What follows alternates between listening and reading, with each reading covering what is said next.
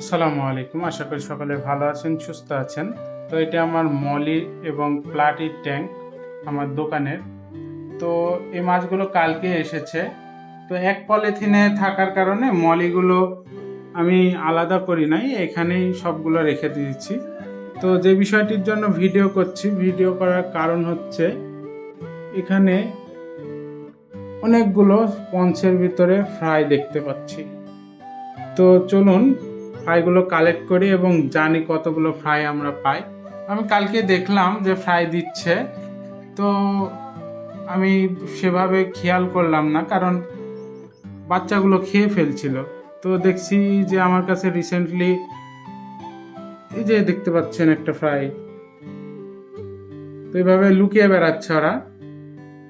তো রিসেন্টলি আমার কাছে প্ল্যান্ট না থাকায় দোকানে আমি দিতেও পারিনি।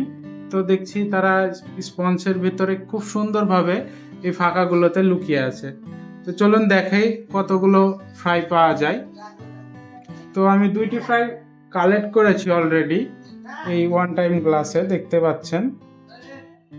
তো চলুন ফ্রাইগুলো কালেক্ট করি।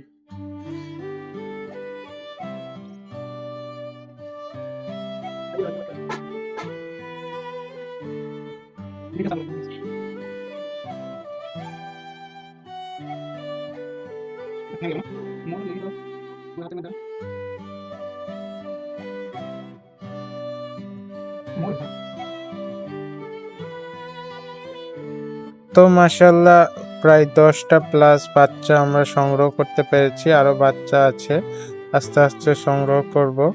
তো ভিডিওটি এই পর্যন্তই। ভিডিওটি ভালো লেগে থাকলে অবশ্যই ভিডিওটিতে লাইক করবেন। চ্যানেলে নতুন দর্শক হয়ে থাকলে অবশ্যই চ্যানেলটিকে সাবস্ক্রাইব করে পাশে থাকতে ভুলবেন না। এরকম নতুন নতুন ভিডিও পেতে অবশ্যই আমাদের পাশে থাকুন। আসসালামু আলাইকুম।